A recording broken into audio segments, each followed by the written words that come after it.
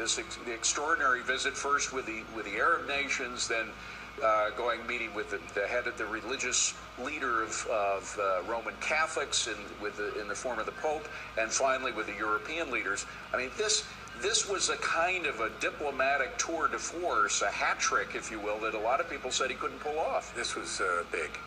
He shifted the political ground in Europe, and I think with Russia, and I hope very much with Iran. Because that's where I think, other than with North Korea, I think that's where the first real contest is going to come between Iran and its various poodles, such as Hezbollah and Hamas and so forth, on the one hand, versus him and Israel and the Sunni, largely, on the other. And that's going to come to a head. Where, Jim, do you think that his critics... what was their blind spot in not recognizing that this was a man who could go over and so profoundly change the image of the United States abroad?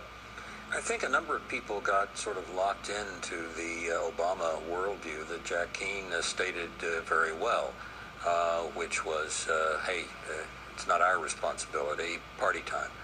And certainly that whole attitude, which basically gave up on America's role of world leadership, was not only abandoned but mocked.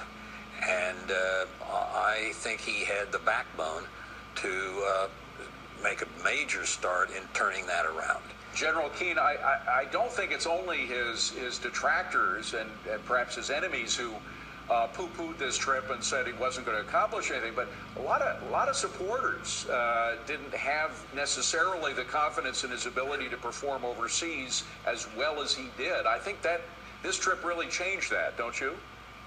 Oh yes, there's no doubt about it. I mean, the problems of the world, I had the opportunity to talk to him myself about this, because, you know, like most presidents, he does not have much foreign policy or national security background.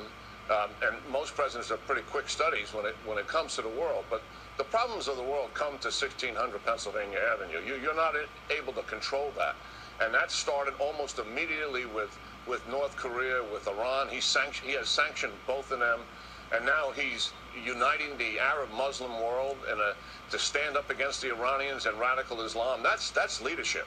And I'm delighted to see him do it. He is stepping up, and he's exercising that leadership role once again. And I know, because I've been in contact with our allies in the Middle East, they are absolutely overwhelmed with enthusiasm about what just took place. So yes, he's performed exceptionally well in terms of foreign policy and national security. But Jim Woolsey, one of the